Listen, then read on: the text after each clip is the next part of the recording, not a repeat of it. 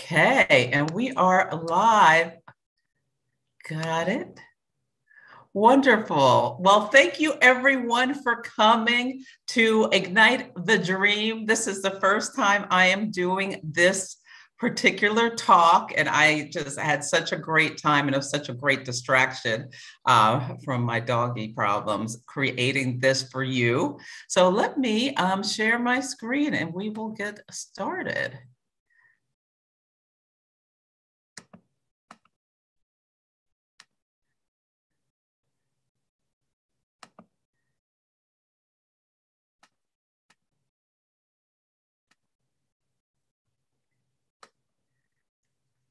And I'm not able to monitor the chat. So if you have a question, just come off mute. If you don't want to ask it yet live, you can put it in the chat and I'll respond when I send out the recording. But here we go. So yeah, and we have an intimate group. So if you want to ask a question while I'll try to remember to stop. But if you want to ask a question, you can just come off mute. I like these to be interactive and, community building. So not just, me talking. Okay, so here we go. So for people who are new to me, I am Celeste Brooks, an astrologer, coach, and intuitive. I'm a Taurus sun, Aries moon, and a Cancer rising. I'm an avid reader since I was like 5. I've had my nose in a book. I'm a Yelp elite. I'm on Yelp. And if anyone here is on Yelp or Google and would like to provide a review for Astrology by Celeste, I would love that. I have a stellium in the 11th house, which gives me the coaching, the 11th house of coaching. And yeah, I love my little flat place dogs. As I said, my poor little sweet pea his life is nearing the end. He's a pug. And then Debo is bulldog puggle mix. So thankfully, I have 2. So my background, and part of why I wanted to do this, and I like talking to people about their careers or aspirations, is because I have a background in corporate and sales, marketing, and business development. That's where I spent most of my career, and in management roles, mentoring people, individual contributor roles as well. And I retired from that to be a full-time astrologer, coach, and intuitive. I have my degree in my biology, my undergrad, and an MBA. And I have completed programs with Rebecca Gordon and Deborah Silverman astrology schools. So this is the agenda. We're going to talk about the living sky. Actually, I kind of want to see myself talking. Let's see. Right. See if I can make myself spotlight.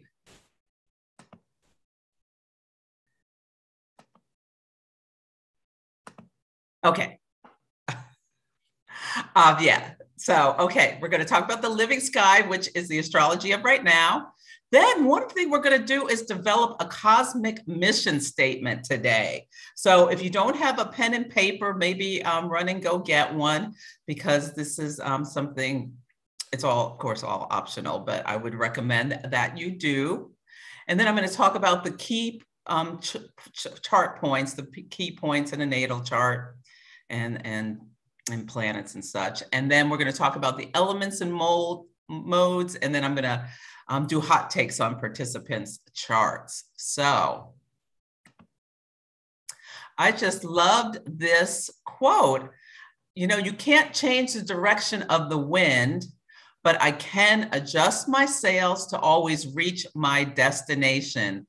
And Jimmy Dean said this. He is a singer. I didn't know he was a singer. I just knew he made sausages, but apparently he was really multi-talented. He was an entrepreneur as well as a singer and some other stuff. So I just absolutely loved this quote, because the natal chart is a map and we can use it to navigate our path in life.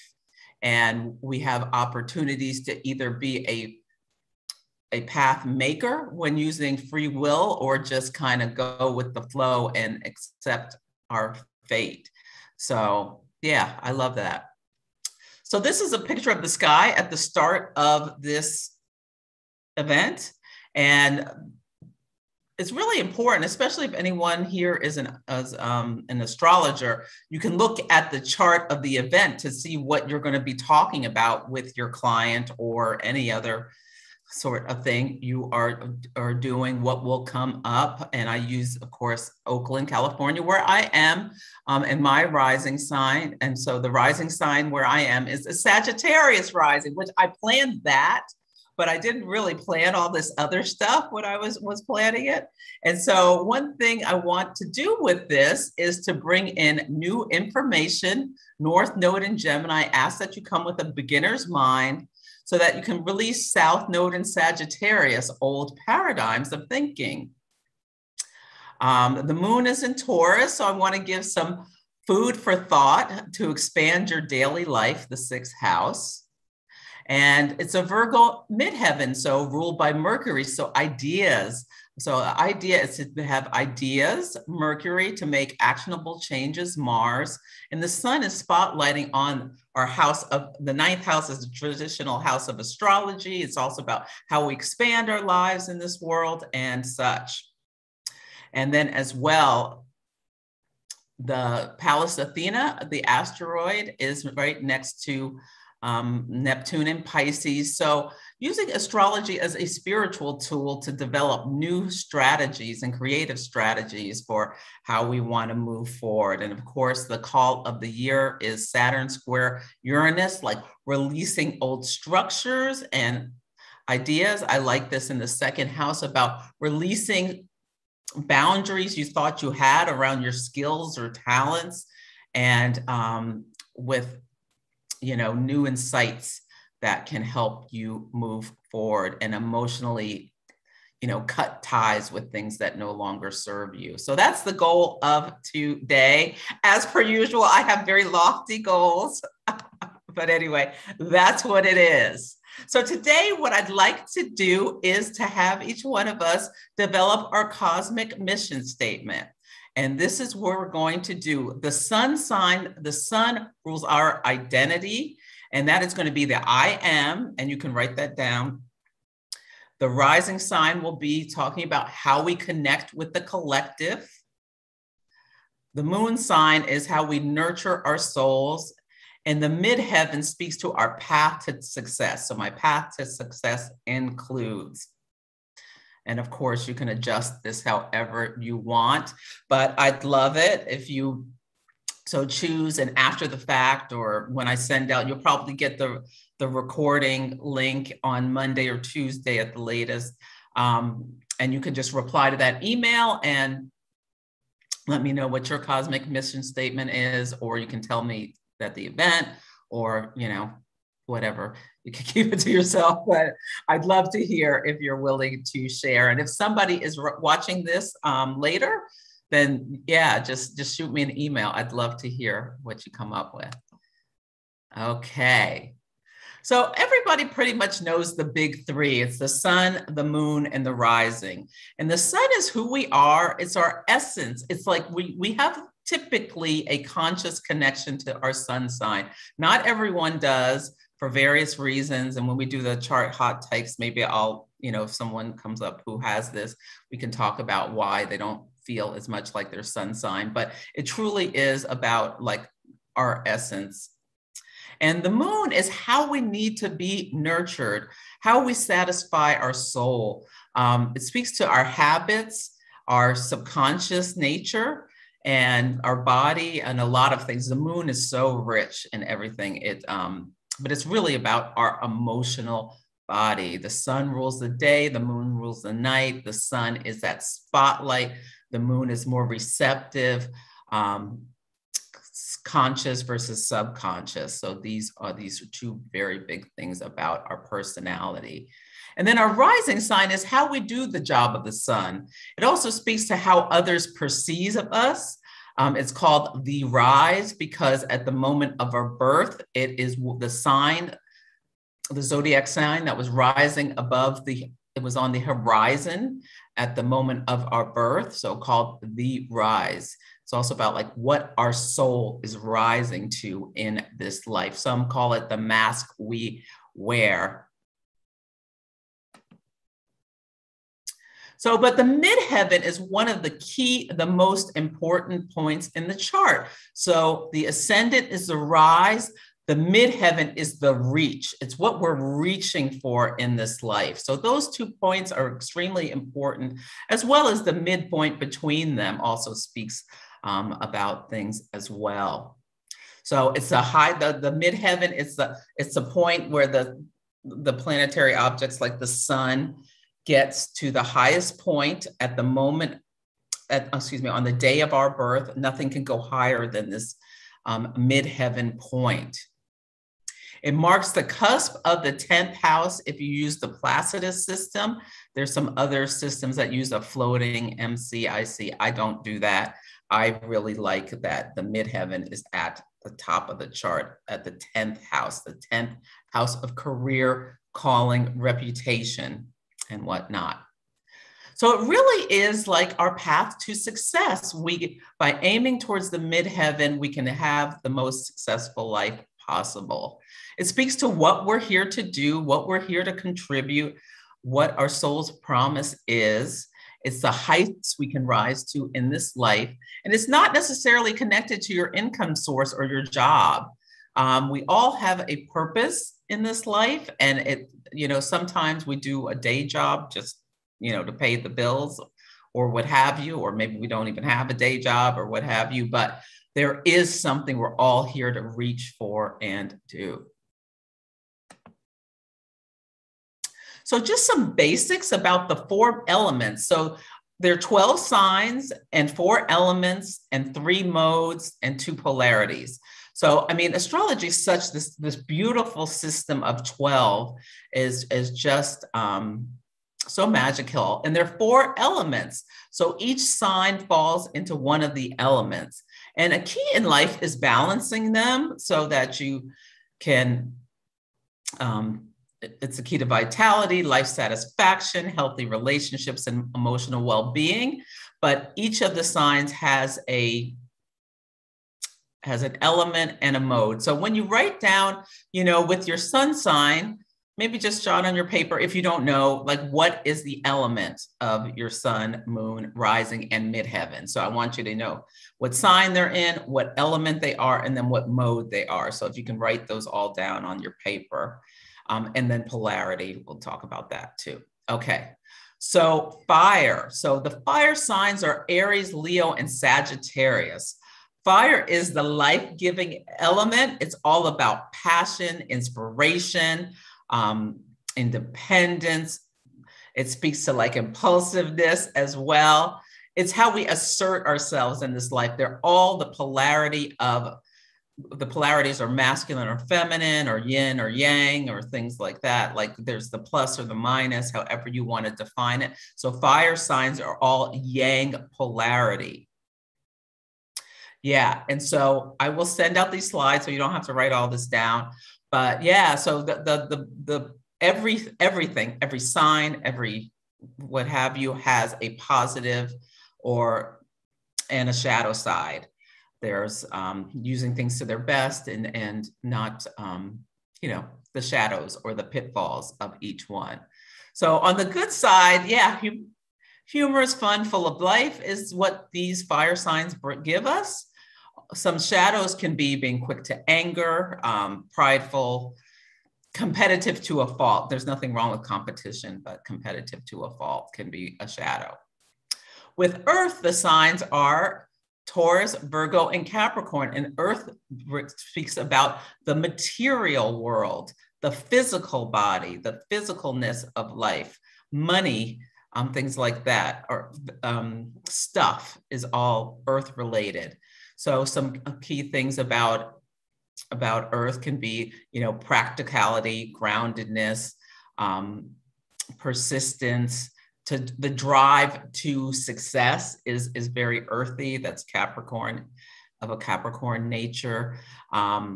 Being stable, trustworthy. These are Earth terms. Some shadows can be overly opinionated, materialistic, too caught up in stuff. Super critical with Virgo can be one of the shadows of Earth signs.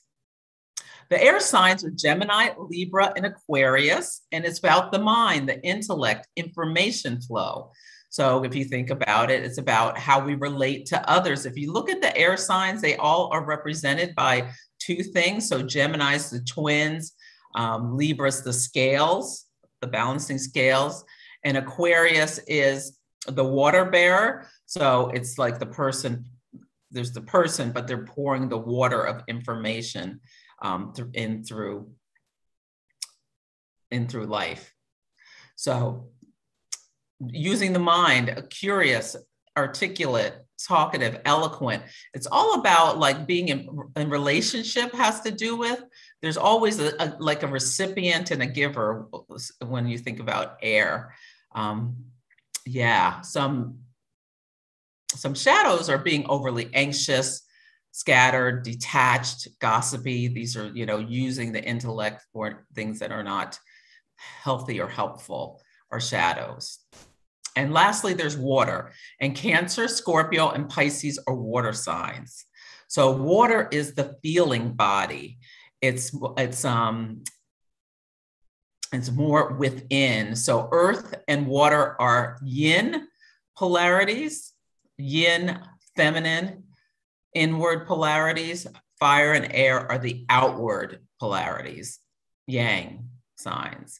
So yeah, so just put down for the sun, moon, and rising, you can put down what the signs are, what the polarities are, and what the elements are. But some good things, or some things that describe water, is our intuition, our imagination, our sensitive, our feeling body, our emotional inner life. Some shadows can be like being really secretive to an excess, falling into like depressive states, being overly reactive, acting out of emotions, or vindictive behavior. So these are the 4 elements. Does anyone have questions before I move on?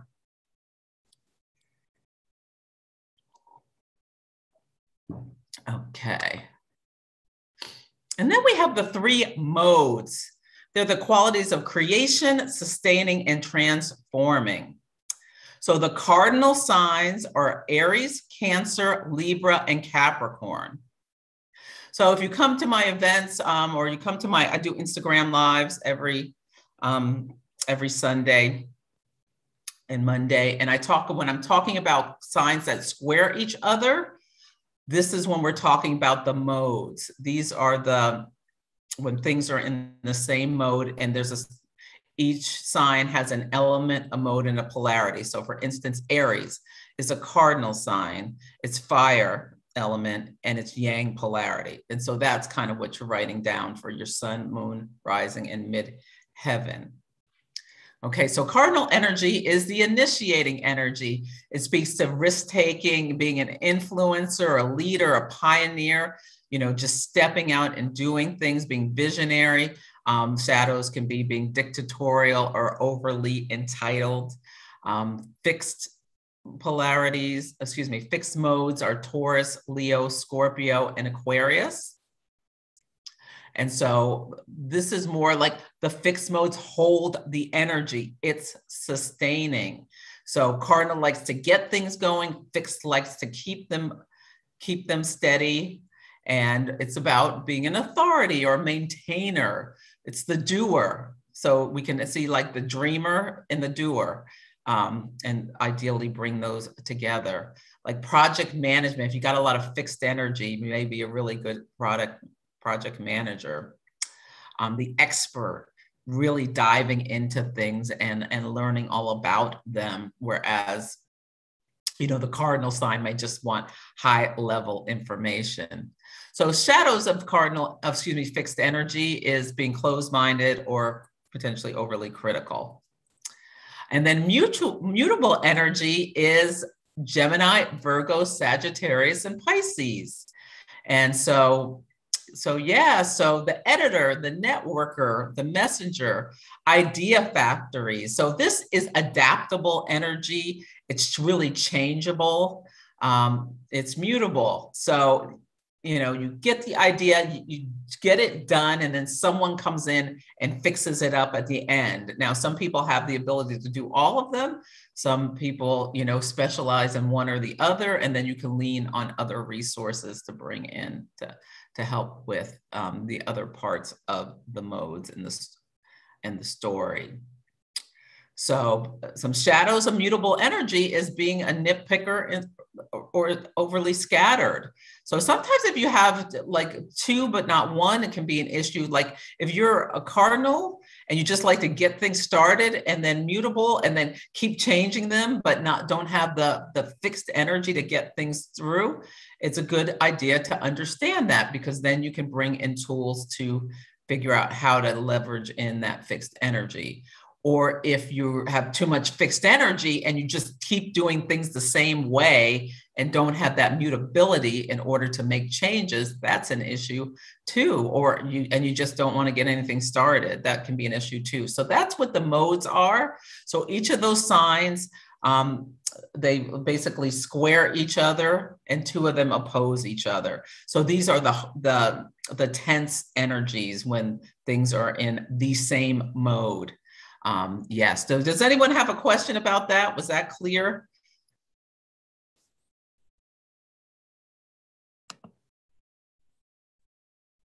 Okay, so this is my mission statement. I'm Celeste Brooks.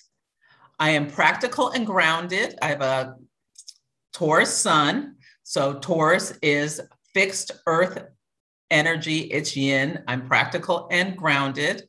My rising sign is Cancer rising. Cancer is cardinal energy, and it's a water sign. I connect with the collective by using my intuition water, to nurture others and create a safe space to share. My moon sign, I'm an Aries moon. That's cardinal energy as well, and it is a fire sign, so that like life-giving force. I nurture my soul by inspiring others to expand their lives in a fun environment. I like people to help people ignite their passions as well. My midheaven is also Aries, and my path to success includes being an entrepreneur, a leader, taking risks, doing things independently, things like that. So this is my cosmic mission statement.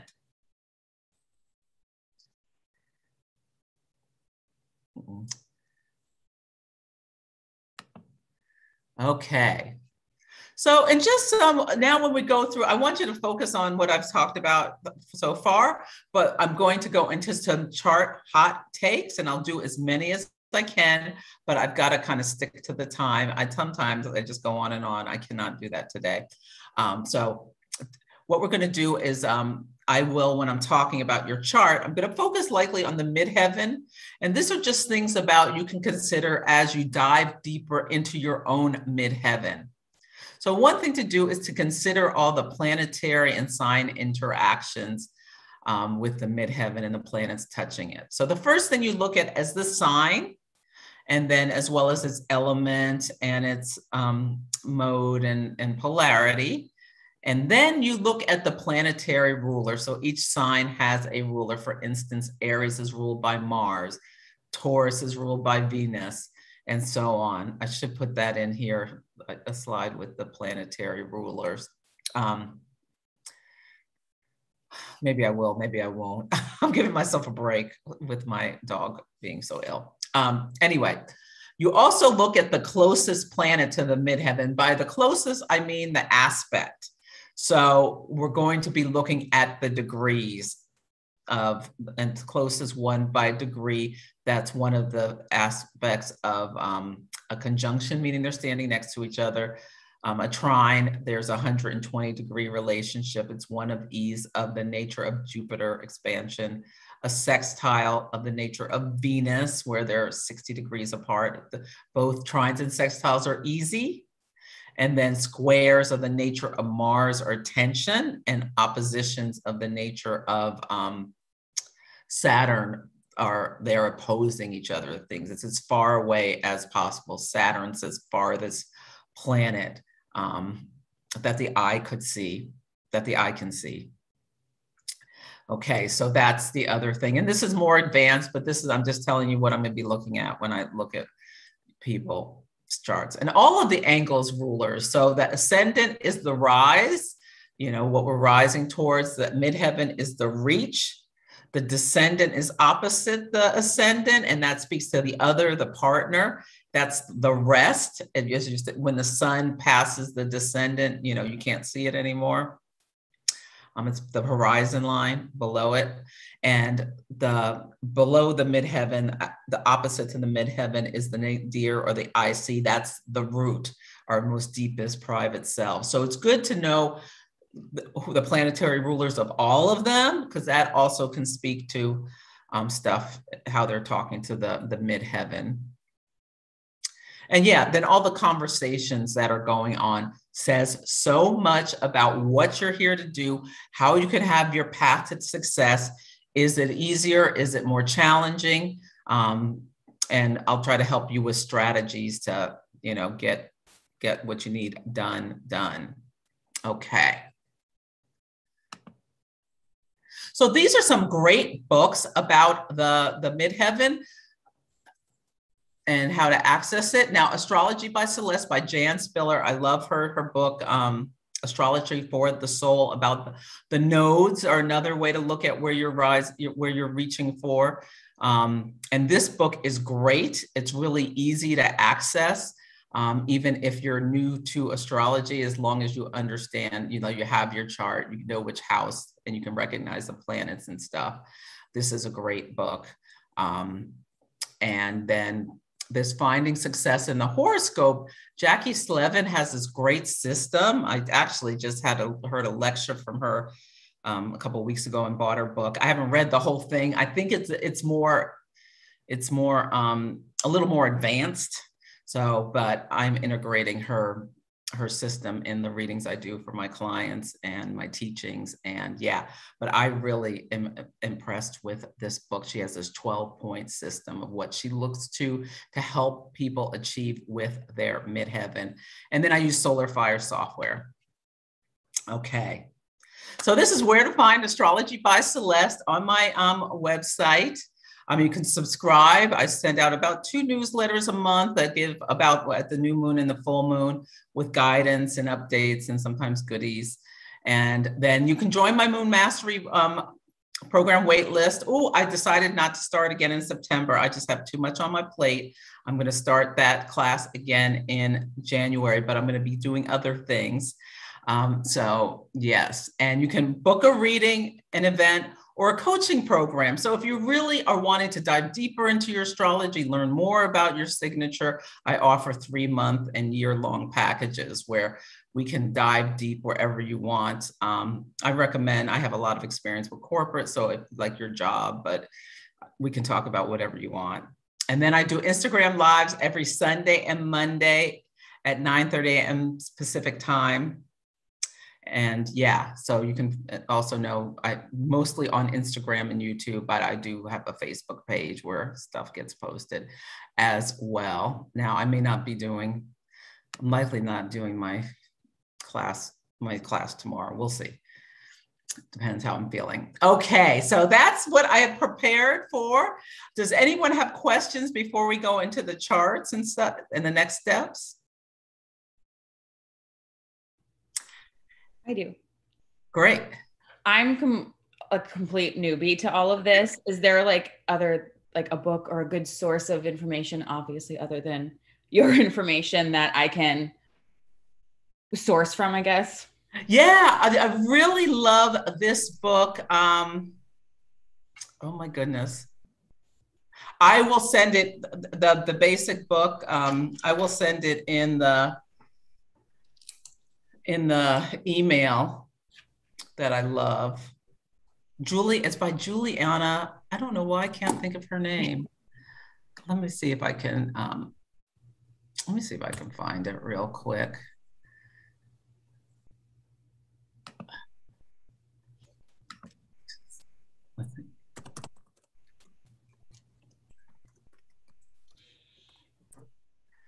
definitely recommend reading Astrology of the Soul by Jan Spiller. And it's called The Stars Within You, A Modern Guide to Astrology by Juliana McCarthy. Thank you. Yeah, it's a really good book. I really like that one. And then there are more like traditional books as well. Alan Oken is a great writer. Stephen Forrest is a great writer of astrology books, but I really like Juliana's book a lot. Any other questions? Would anyone like to share their cosmic mission statement? Yes, or you said no, Katherine? You're like, no. Any Aries in here who want to speak up? I don't have that yet. Just a minute. Okay. Oh, yeah, maybe I should. Let me share the screen again. Oh, doesn't matter. You can do your mission statement later. I'll just keep going so I do as many hot takes as possible. Let's see. Okay. Yeah, you can email me your mission statement if you want, or not. Okay. So now I want to do I want to do some hot takes. And thank you, Courtney, for putting that in there. Yeah. Earth is yin, earth and water, yin, fire and air, yang. I didn't put that on the slide. Maybe I'll fix that too. So the polarities. What was the other thing? The rulers. Okay. Does anyone have any pressing like work thing or that they want to get their hot take for? Otherwise, people can just raise their hand. But if you have something that's really pressing, speak up. Okay, so Michelle, you raised your hand. Celestial, we are going to do your hot take. So I'm going to share my screen.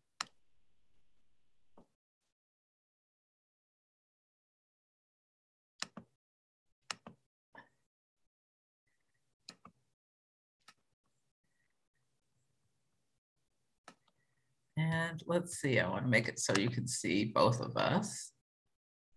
So hi, why don't you come off mute, Michelle, and say something. Okay, can you hear me?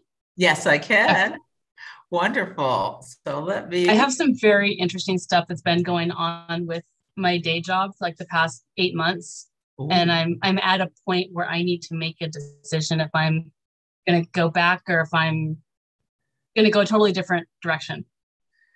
So I definitely have a lot of work issues. Oh, good. Perfect. What is your birth date? June 10, 1970. Well, that explains it. There was an eclipse on your sun on June 10th. Yeah, it on my birthday, it was, yeah. And what time were you born? 12:18 a.m.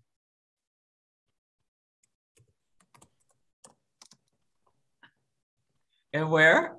South Laguna, California. Okay. So here is your chart. Let's see. Oh, yes. Okay. So you are a Gemini sun and 19 degrees of Gemini. I mean, there was an eclipse there. So when there is an eclipse, there was a solar eclipse. It was a north node eclipse on your sun. It speaks to like a real activation where it can kind of rock your identity. The sun rules our identity, and yeah, and it's in your 4th house of your most private self. So think about 4th house topics like family, foundation, and home. Gemini topics, information, communication, the intellectual processes, and the sun, about identity. Now, the other thing you have is you have a Sagittarius midheaven.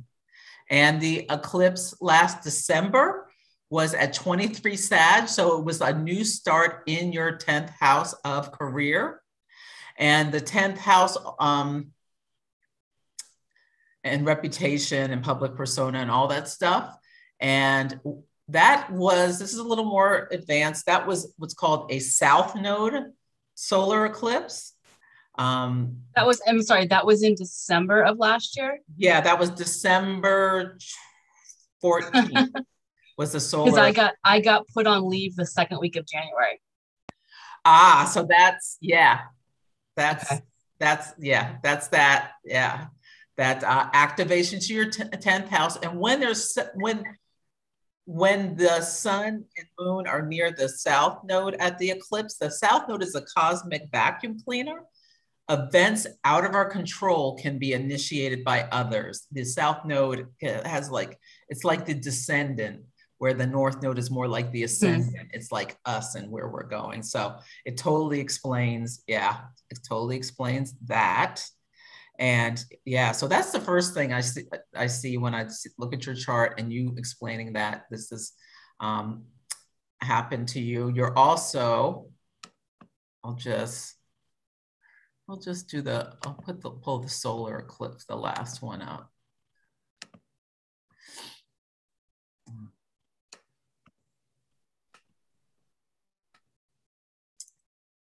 Okay. Yeah, so this was your birthday, the June eclipse. And so you can also see that Mars was at the last degree of Cancer in your 6th house of daily work. And that's like your day job house. Mm-hmm. So did additional stuff happen around June or come to some kind of head? Yeah, June was, my son graduated high school on my birthday on the eclipse. So that was a huge knowing, he's now leaving for college. So that's changing everything. Mm-hmm. I made some personal decisions because I worked for the school district and they still hadn't come up with their answer.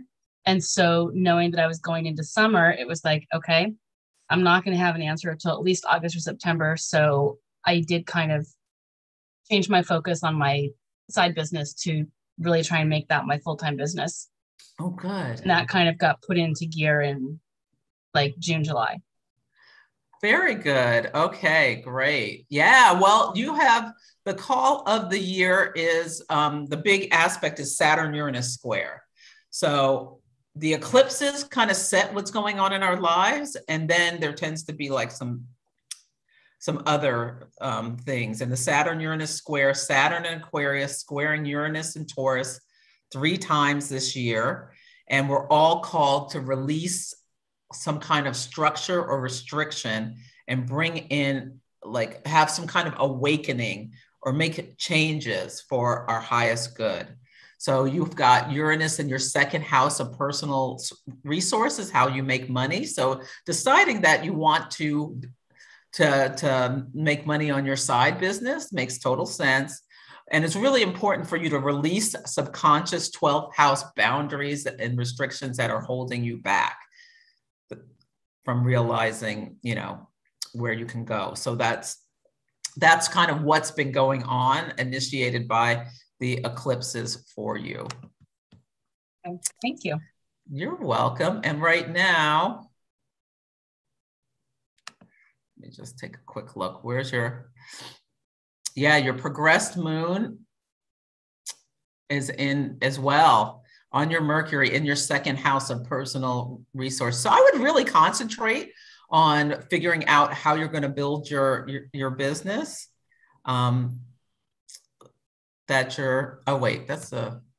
Sorry. I have the eclipse open. Where's your progressed moon? Oh, okay. It's in your 5th house of creativity. So think about focusing on the creative way that you're going to build your business. That's what I do. I make things, I create them. So Oh, perfect. Well, you've got Mars and Venus in the fifth house, so that makes sense. So yeah, so you've got that emotional connection to do so. And in 4 months, the moon will hit your Venus. The progressed moon moves a degree a month. So I really want you to really focus on that. And then I think you may get a bump in money when Venus rules money, when the moon hits your Venus. And yeah, let's see if where's your progressed sun?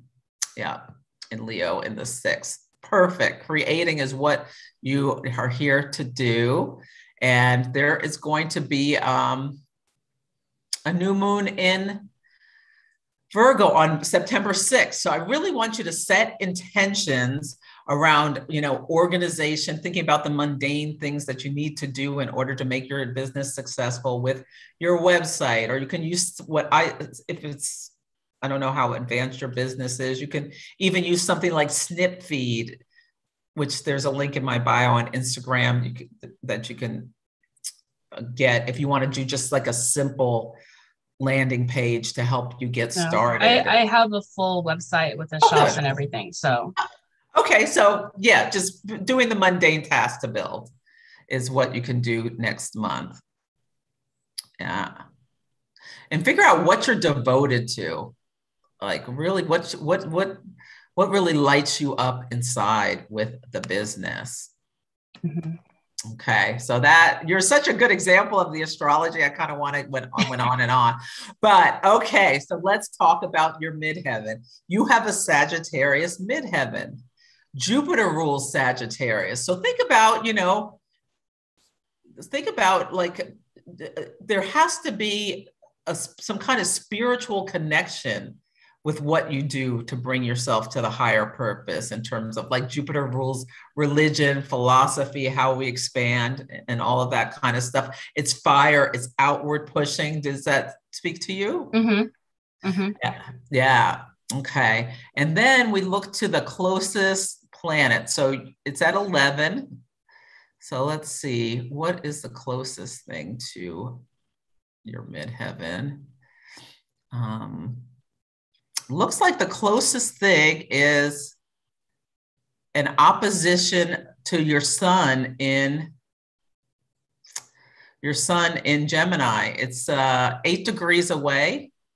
So I like to see, less than 10. So that's that opposition.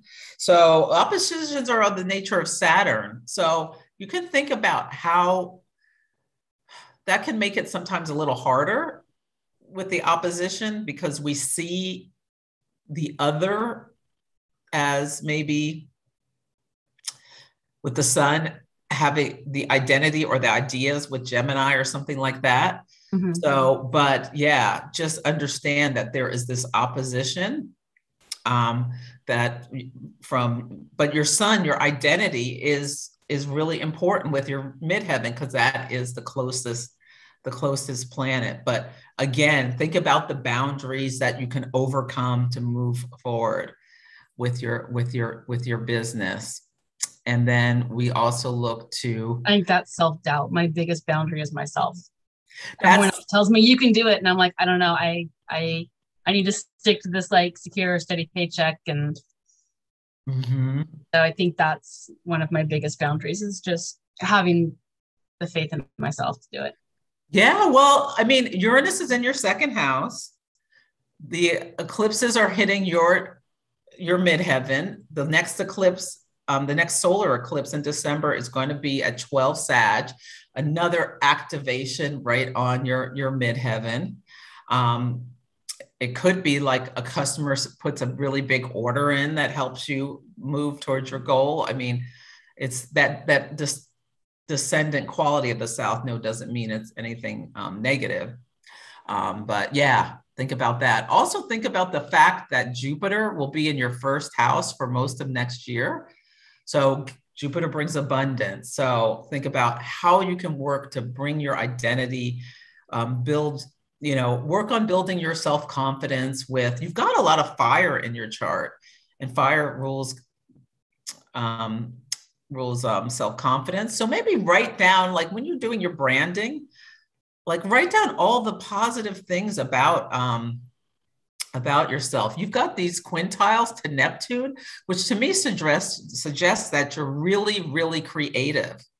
And maybe dive deeper into, and Mars, like you have an ability, this is one of your special talents with this, it's called the biquintile.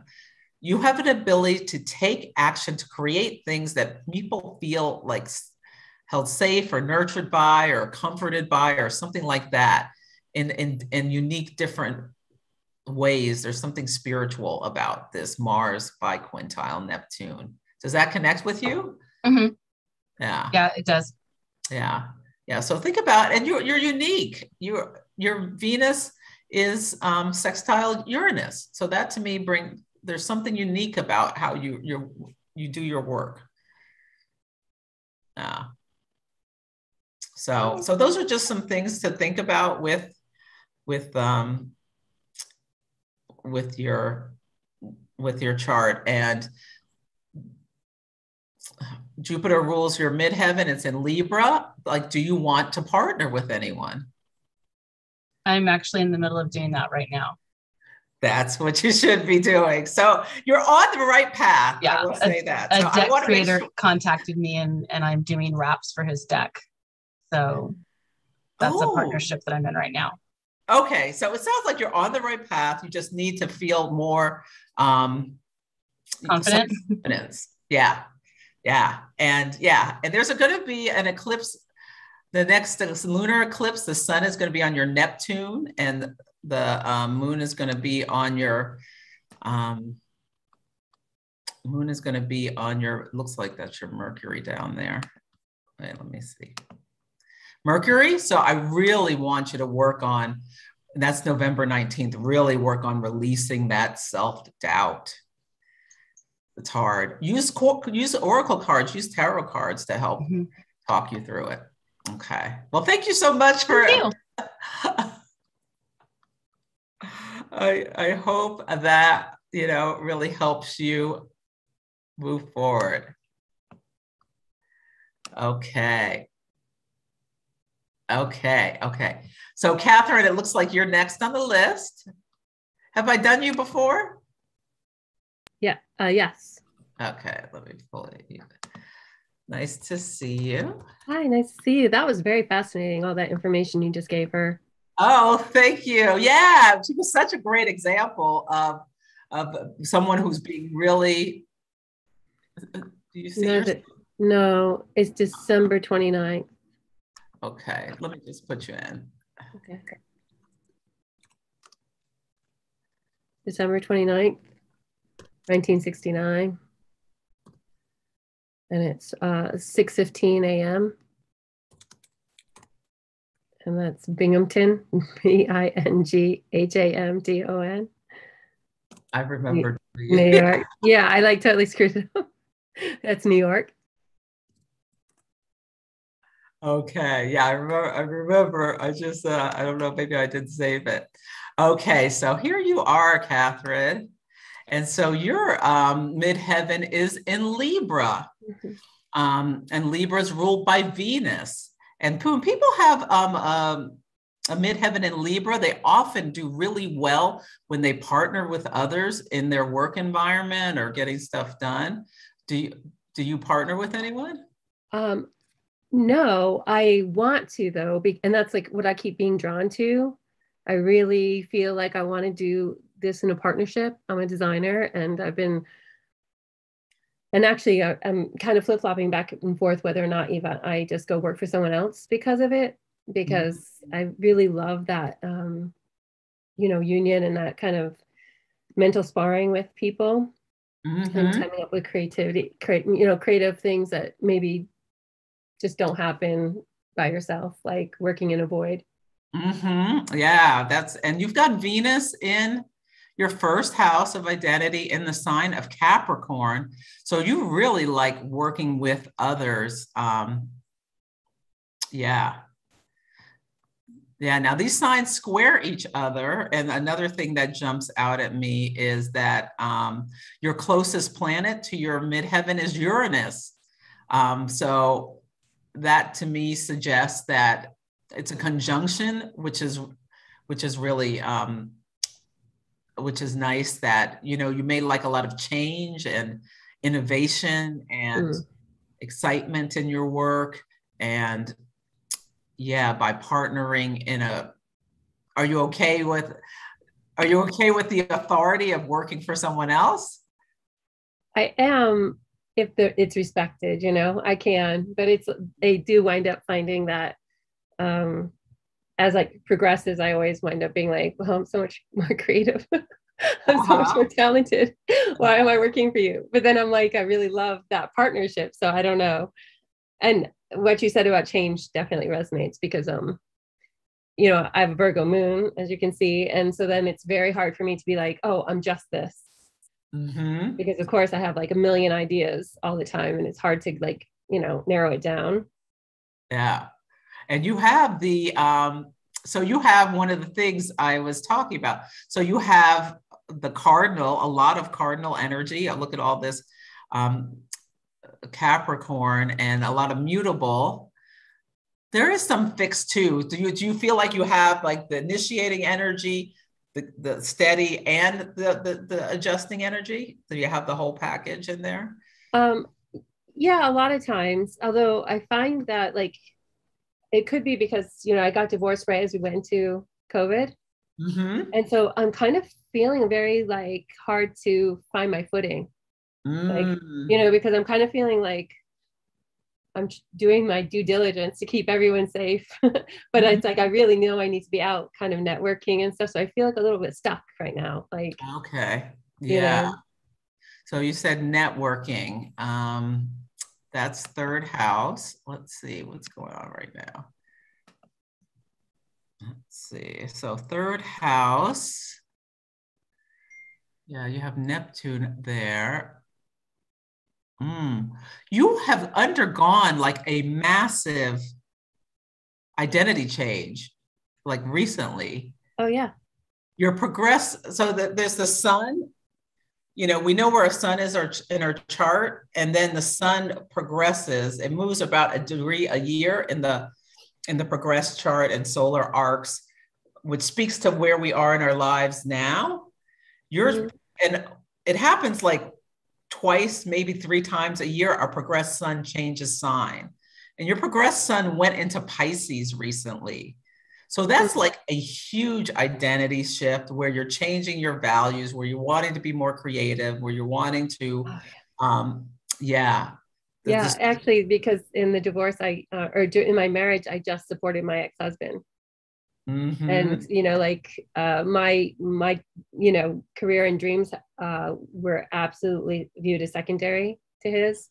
And now I'm like firing off so many creative, fun ideas, and want to really like get the ground running. And I'm like, and COVID, you know? So. Yeah. So do not underestimate how big of a deal it is that your progressed sun just changed signs, probably in the last few months. It's at 0, and 3 minutes. Yeah. So. Even, I think it was even just like 4 weeks ago, I had this huge aha moment of how to like kind of marry my spirituality and my interior. Kind of. That's probably not what had happened. And I was like, why? I mean, it's been something I do anyway, but not in such a transparent way. And it was just like, oh, that's it. That's it. You know, so. Let's see. I have to, now that you said that, I have to go look. Okay. So on August 7th, it was exact. Oh, yeah. It was literally about 2 or 3 weeks ago. Yeah, probably. I can't believe it. Yep. I started studying astrology like to the week that my progressed sun went into Cancer.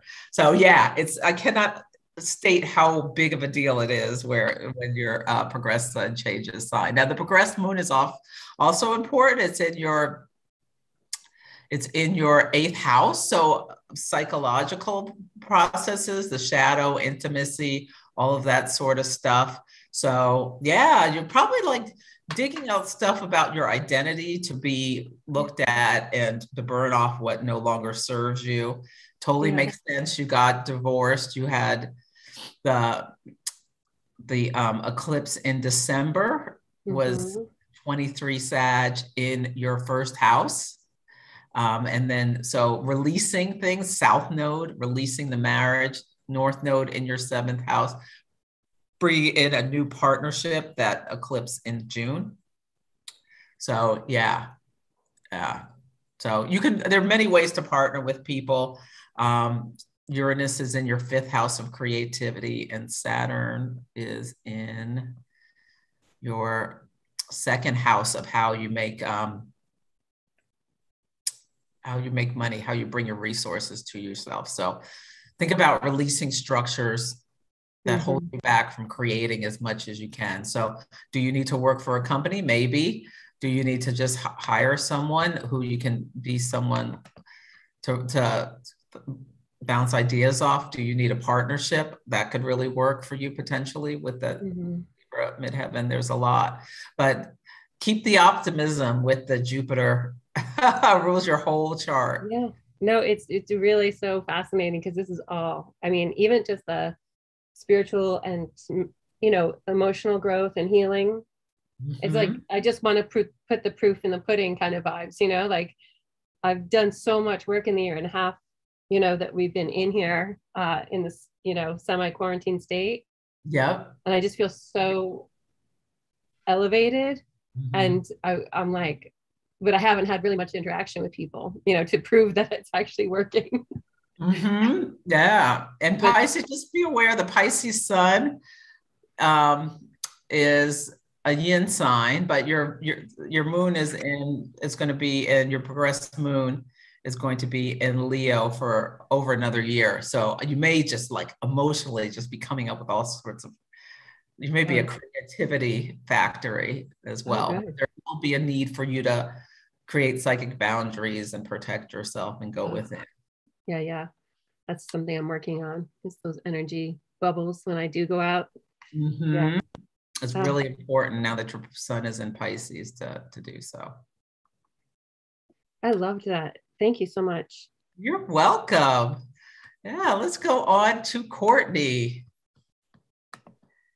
Okay. What's your birthday? September 27th, 1989.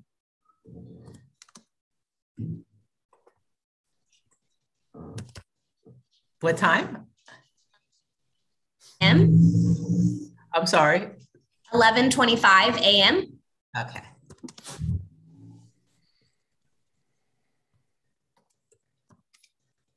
And then the city is Chesapeake, Virginia.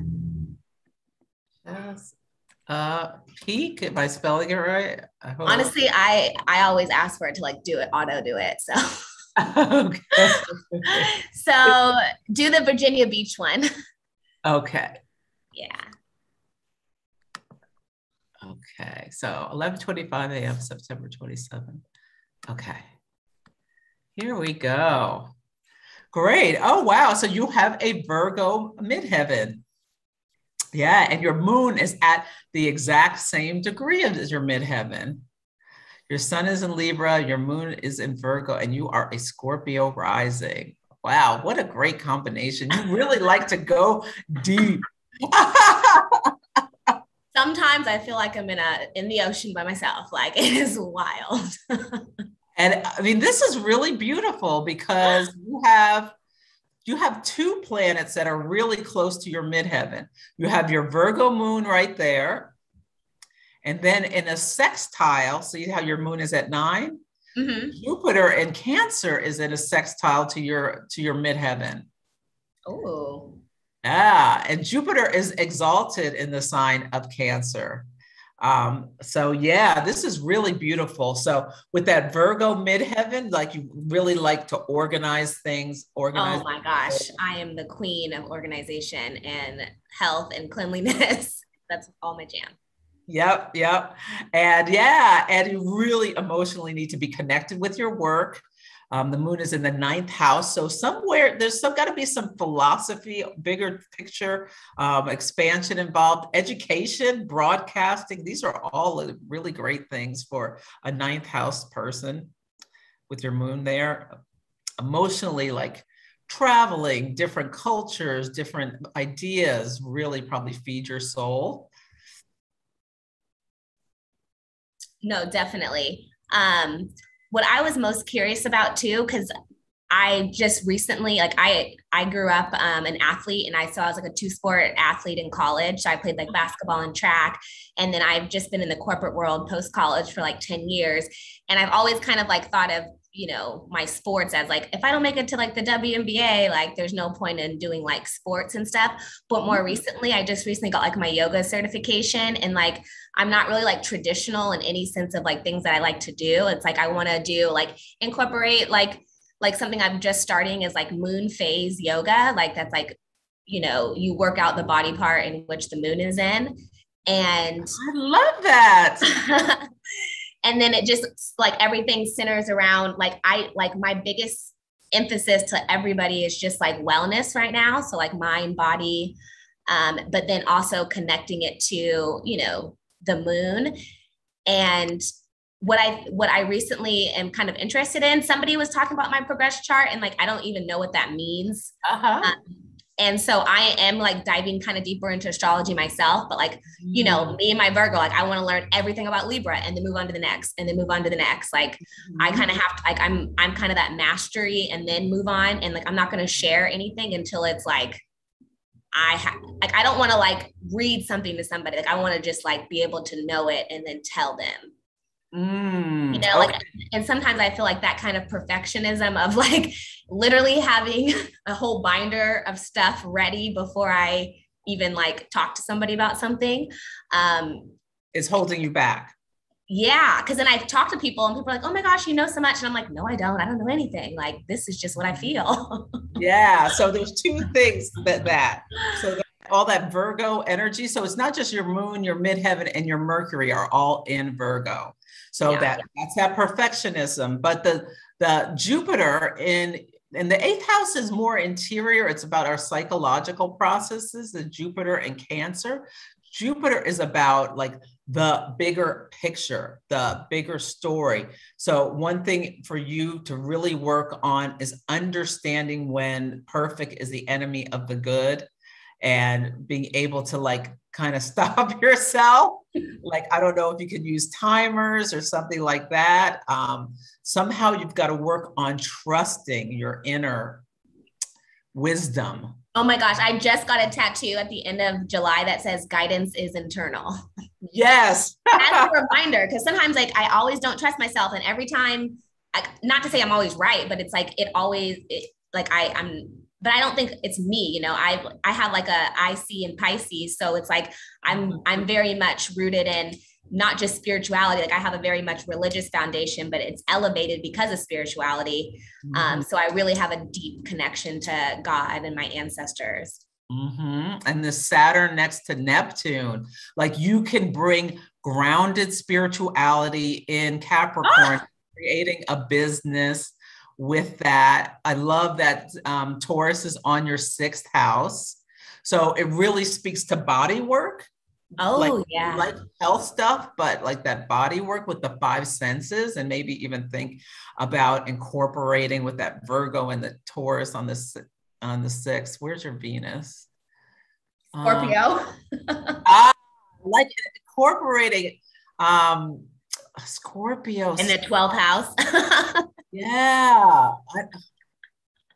Like sense. I don't know, something about the five senses that you will add as well. But I love that working with Jupiter in as well as Chiron, I think has to do with career. There are these magi astrologers who think Chiron's important in career. And every time I look at someone's chart, like oftentimes Chiron in their career really speaks out. So Chiron in Cancer, the moon, Jupiter there. Yeah.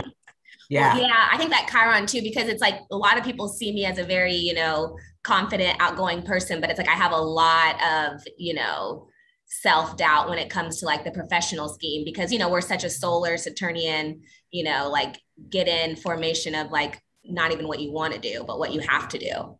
And like ever since the 10 years I've been in corporate America, I just feel like I just am like walking to the beat of my own drum, like, but I'm in very corporate settings. So Yeah, I love this. You're like a healer. You've got a Scorpio rising, and there's going to be the next lunar eclipse is going to be at, I think it's 27 of Scorpio will be the sun, and the moon will be at 27 Taurus.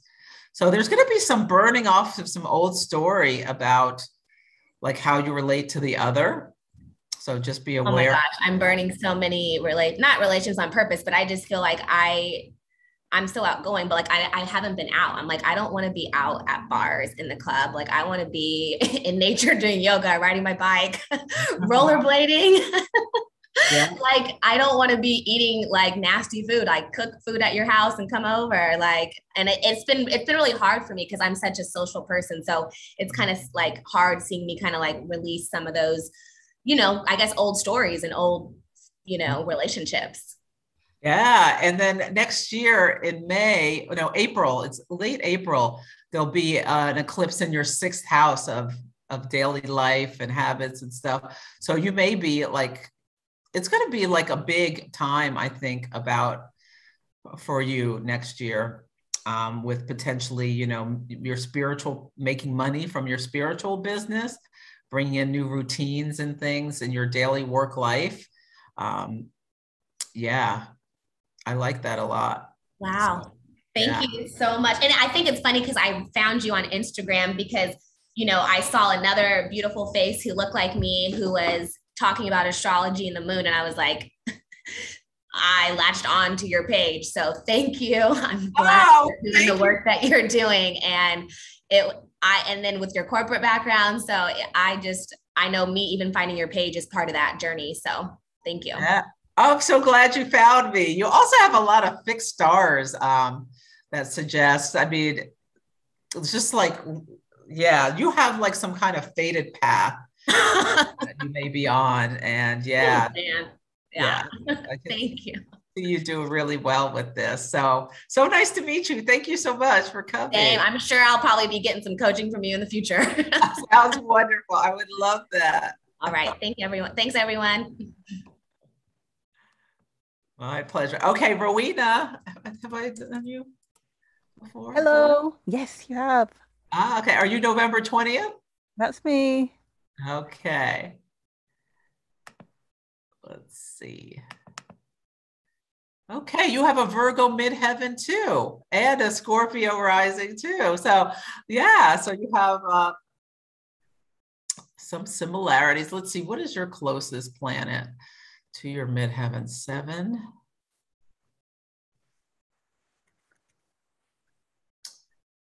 Looks like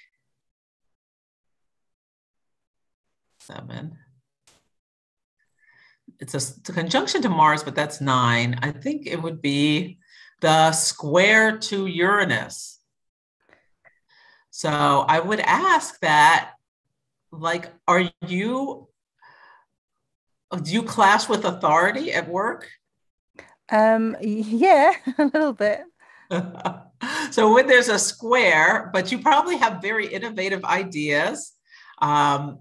There's like there can be an element of tension to finding exactly what you want to do, how you want to move forward. Yeah.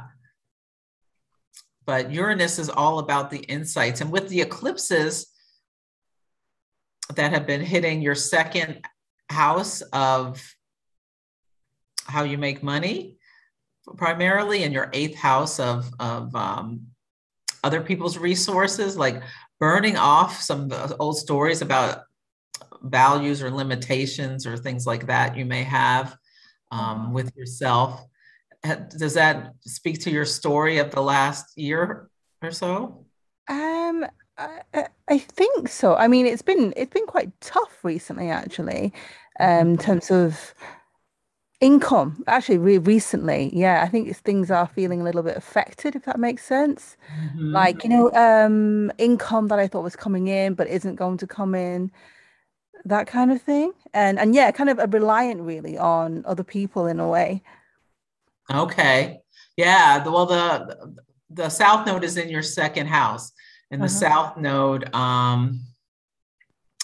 is moving towards zero towards the end of the year. And hopefully when it hits Uranus,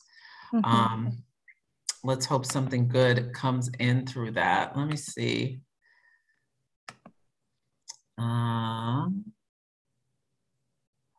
Yeah, are you networking with people? And you've got Saturn on Venus, your progressed Venus. So this totally speaks to a restriction about income. Okay. Yeah. I mean, and not as much as I should be. I've been quite stuck at home, to be honest. Well, think about how you can network in other ways. Now you have the Scorpio rising, and in you, like there's really, like, how can you show up more? I mean, Scorpio rising can make you feel really protective of yourself, or more trying to like keep parts of yourself away. Do you think, how can you show up more and be more visible would be my thought to think about for you, so that you can, you know, network effectively. It doesn't have to be all in person. You can do it online in ways and groups and things about like what you want to do. How you can get organized to take action, and what kind of work do you do with all this Virgo at your midheaven? Well, I've been a stay-at-home mum for a long time, but then I started YouTubing. So YouTubing is how I make a living right now. The kids channel? Yeah, that's right. I remember you. Yeah. That's great. Well, the sun is going to be in your cross your 10th house, cross your midheaven. So I really want you to set intentions at this next new moon around your business. Okay. Yeah. Oh, and then that Uranus square the midheaven can speak to using technology for your job.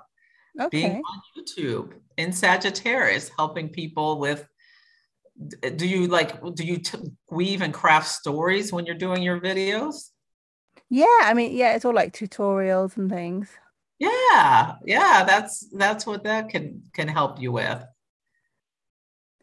Yeah, you've got to be visible on YouTube. Do you show your face? Or Do you know what? I don't. I hide my face a lot. I can tell. All the time. Yeah, well, think about how you can, let's look at the Saturn Uranus square for you. And I've definitely noticed people that do similar things to me who show their faces are obviously more personable and probably do a little bit better, I suppose.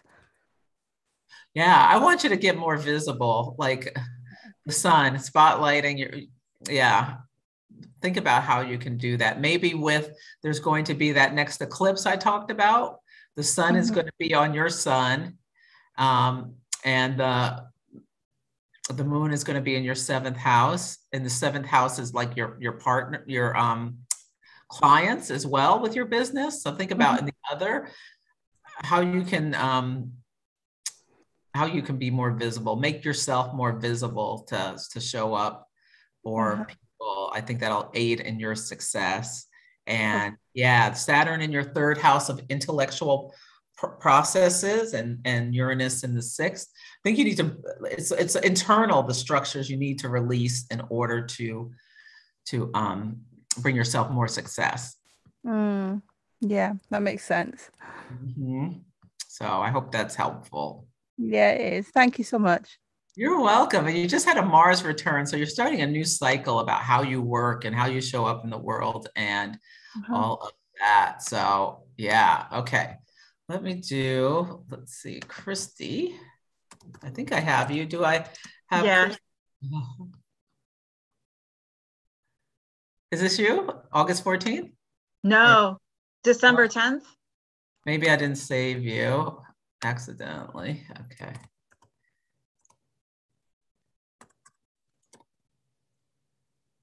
It might be under just Christy and not Christy Sue. Let's just put it in. Okay. Yeah, let's put it in. December 10th, 1973. And what time? 4:22 p.m. Where? Royal Oak, Michigan. Okay. Okay. That's right. You're a 10-degree Gemini rising. Yeah. Oh, wow. You have that Aquarian midheaven. So how exciting. So Saturn is at the top of your chart. So is it bringing you like career heights? Right now, yeah. Like I talked to you, I think it was a couple weeks ago, because I was trying to decide if I move forward, like get another job, because I'm trying to I'm trying to be my independent own person, like take on my own business. So I'm trying to get it started right now, like again. Wonderful. This is such a great time to do that with Saturn at the top of your chart. Okay. Saturn, when it comes around to your midheaven, that can bring great rewards. Like if you've been working hard, if not, it can bring consequences. But yeah, I love that. And I love that Jupiter is the closest planet to your midheaven, and it's a conjunction. It's an Aquarius, about technology and sharing things with the collective. And yeah, what kind of business are you doing again? I'm death and grief doula. That's right. Okay. Sorry, Yeah. I don't remember. Oh, I love that, death and grief doula. Yeah. Yeah. And your sun in Sagittarius also is, so it's 10, so it's 4 degrees between Jupiter and the midheaven on one side, and 4 degrees between the sun and the midheaven on the other side. And this is a sextile. Sagittarius and Aquarius sextile each other. And so that brings that opportunity. So you're holding each people. Jupiter, when people die, they often have a Jupiter transit, setting them on a journey to their next destination. And your sun is ruled by Jupiter, and Jupiter is at the top of your chart. So to me, it's just like this framing who you are, where you're here to do in the world. And Neptune is sextiling your midheaven. This is just so what you're meant to do, help people on their journey. Yeah, and that Cancer moon, being able to hold them. And I think we talked about your the yod. Yeah. Your moon. Look at all that, 2 degrees. 2 is a really important number for you. Okay. Your Mercury's at 2, Venus is at 2, Saturn's at 2. So Okay. I don't know how you want to use that, but like you have a yod to Saturn. You're here to support people emotionally as they move on to their next destination. Yeah. I'm going to remember that too. I like that. Okay. Yeah. Think about, I don't know if you want to do something with your branding, or I don't know, you're like to the union of things. Oh, the union. All sorts of. Union. I'll pull a card for you, see if it says anything else about the 2. Okay. And then, okay, so I pulled Truth Be Told in Protection. So think about where you're in denial about anything. Does that connect with you? For business wise, yeah. Okay. So think about that. And yeah, get radically honest with yourself. But I love what you're doing. I love that you've got that Pisces midheaven. So not Pisces. Oh no, it's Aquarius. You got Pisces here. You've got Jupiter is going to, it's in your 10th house, and it's going to go in your 11th house, which is the gains we make from the work we do. Okay. So you may see some real big growth next year. I think Jupiter crosses 13 around February, March. So yeah. Okay, that's funny. March is always a month that I hear from people that things are going to change. It's funny. Well, it's your 11th house. It's our house of our hopes and dreams. Okay. Every Pisces season, around Pisces season, you'll have a new moon in your 11th house. It's you're in the middle of there. So it may be an Aries moon, but around there, around March, probably is like good stuff happens. And whenever we have a new moon in the 11th house, it's a time to really put out there our hopes and dreams and what we want to draw into our lives. It's a lucky time. Okay. Yeah. Okay. Well, I hope that helps. It does. Thank you. Okay. I appreciate it. You're very welcome. Okay, Sparrow. What's your birth date? You're on mute. Oops, 1 second, sorry. No worries. Can you hear me okay? I can. I can't see you.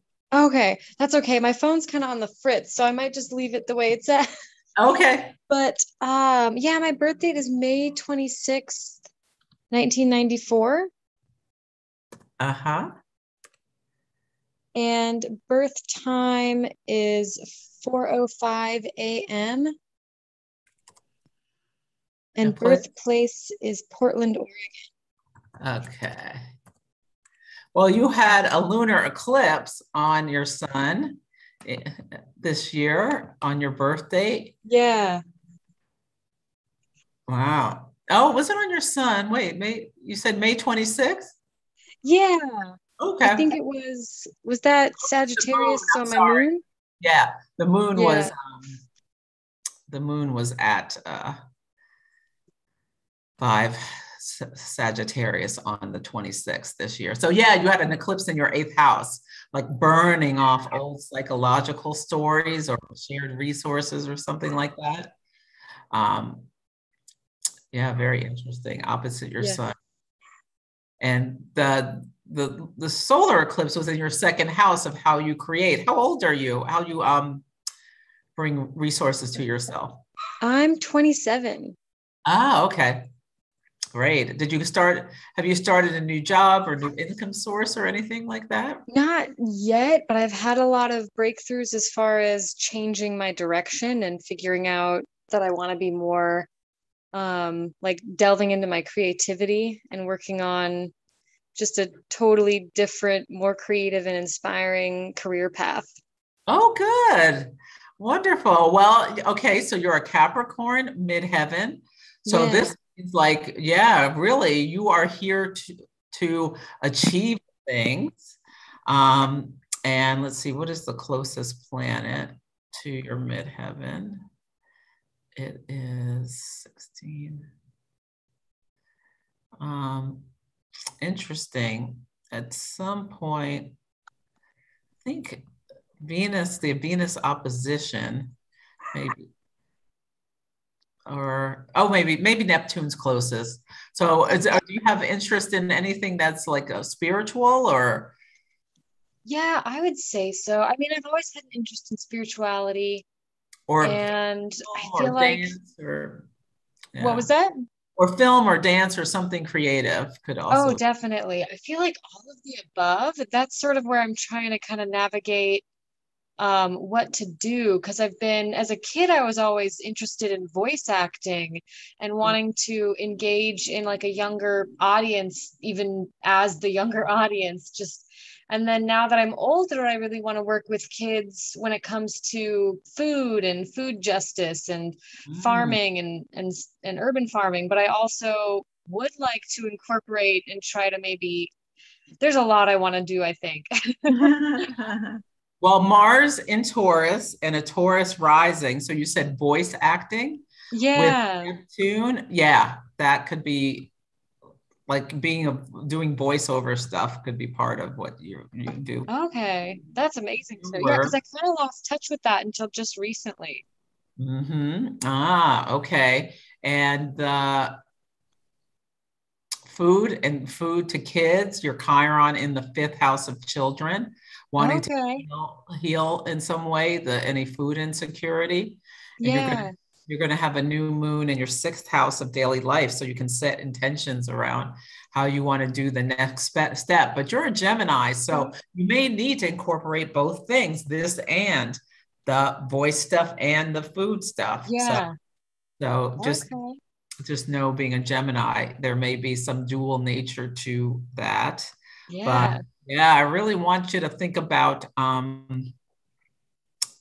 setting intentions, doing thinking about the practicalities that are needed in order to bring your job forward. And you have this beautiful trine between Mars and Chiron. So Mars, how we take action, and Chiron, the wounded healer, in your career. And Chiron's also in the fifth house of creativity. So yeah, that really speaks to it. And your midheaven is in Earth as well. So you have this Earth grand trine. It's not tight, but you've got stuff in each of the Earth signs that to really help you manifest. You've got this fixed energy with the Mars. And Mars opposite Jupiter. You just have to make sure you don't overdo it. Okay. Yeah, no overextending. Yeah, that could be an overextension. I love this. I love this, people born around the time of you who have Uranus and Neptune together in your house of work, like really being able to bring inspirational ideas or innovative solutions that have some really creativity to them. Yeah. Probably have some gifts that are inherited yourself.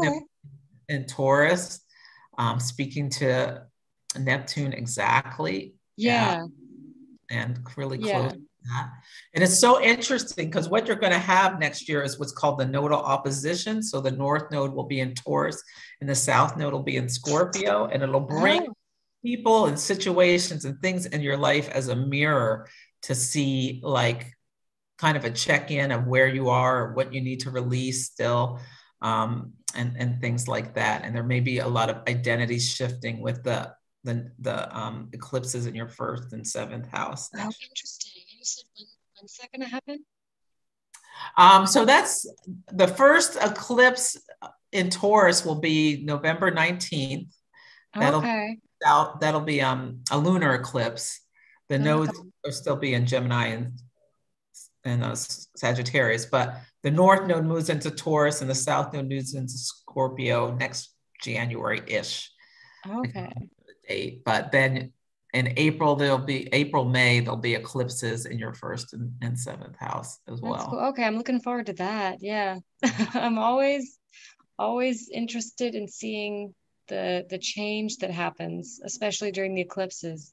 Yeah, and you're coming up on your, where's your Saturn? Let's see.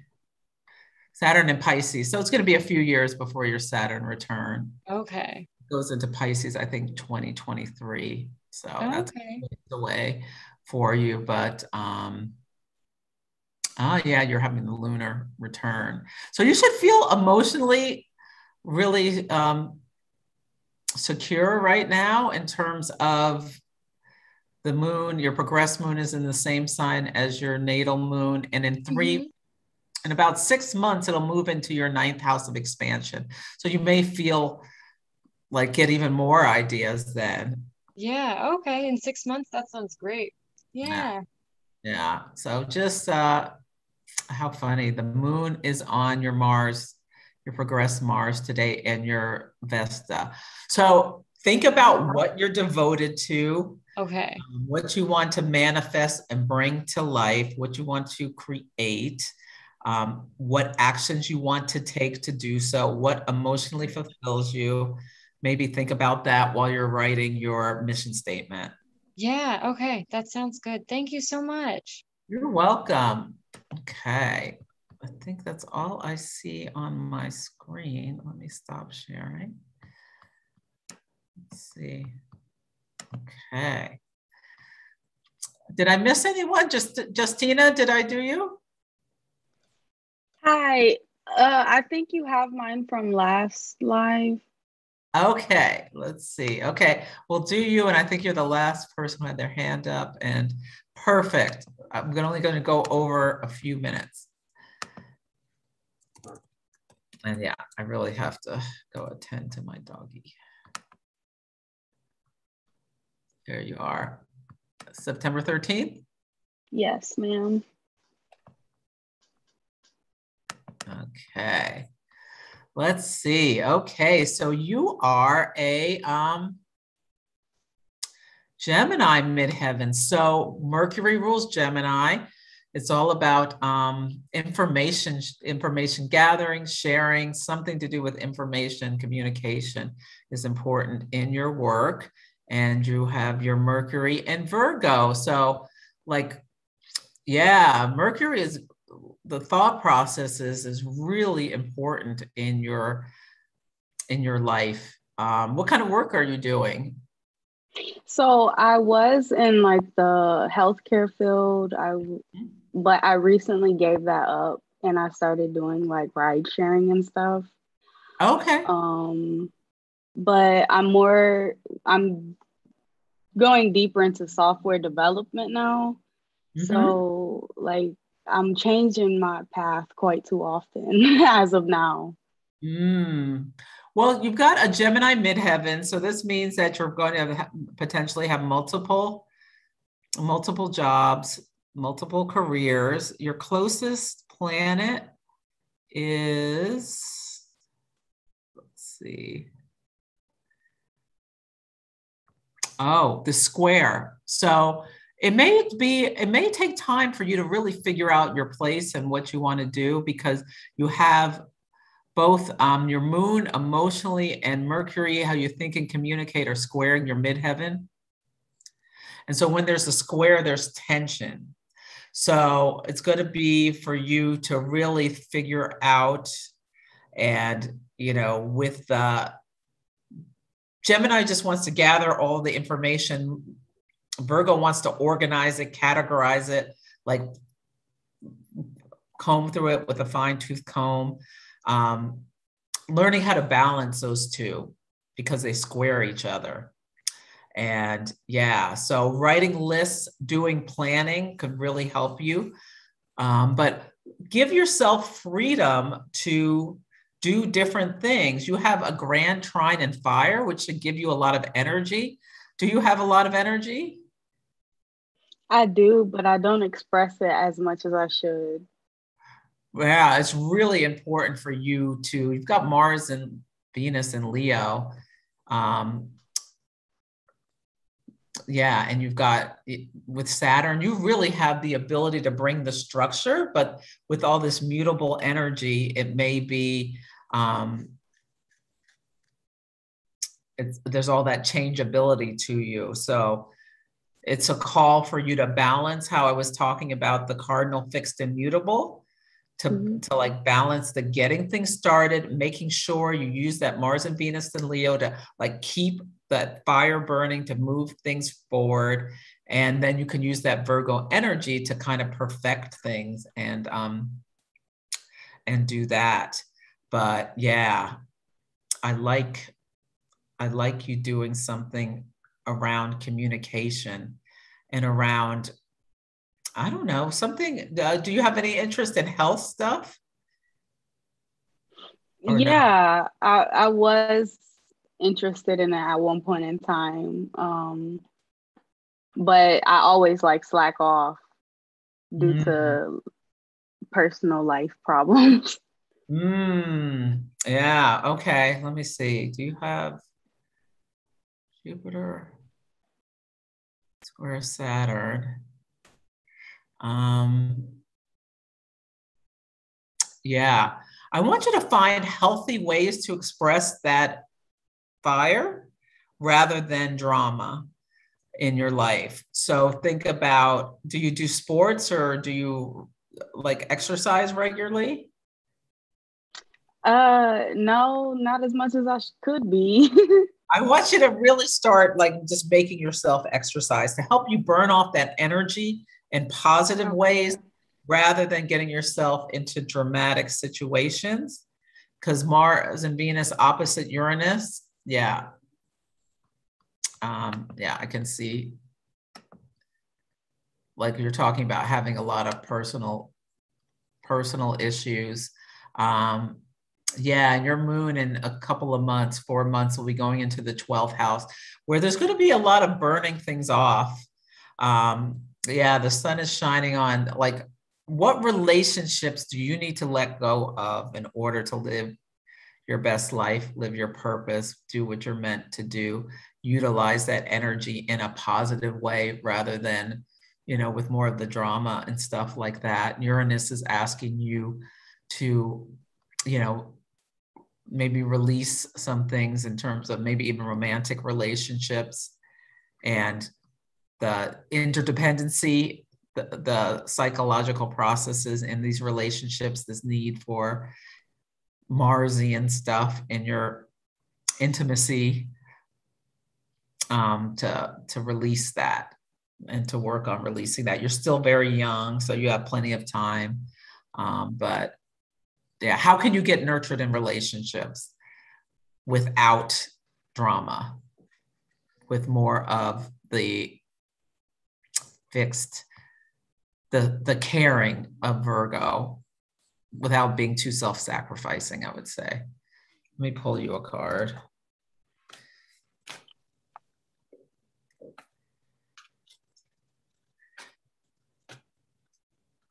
Okay. I pulled the round and round card for you, Justina, in protection. So what this is insanity is doing the same thing over and over again and expecting a different result. So that is your message. Wow. Okay. So yeah, think about using the Virgo new moon to do some planning and to execute, like making the commitment and doing the work. And I just wanted to let Courtney know that, oh, how interesting, Courtney. I forgot you had asked about your progressed moon. It's in Scorpio, about to go into your 12th house. So I think you're going to get even more psychic and mystical, and it's starting a new cycle. You're having a new moon in progressed new moon in Scorpio. You can book a reading if you want to like dive deeper into all that. Thank you. Yeah, that's really good. You're welcome. Yeah, in a month you're in a balsamic phase, and in a month you're going to have like starting this new start and whatnot. So yes. So, oh, I'm sorry, Joyce. I really have to go. My dog needs me, unfortunately. He's if you missed it, he's got cancer. So this was great. Thank you so much, everyone, for coming. You'll get an email next week. I hope you enjoyed it. And yeah, feel free to respond to give any feedback on what you'd like to see more of, what you like, or constructive feedback would be as well. And what other topics are of interest. So you have a beautiful rest of the day. And yeah, thanks so much.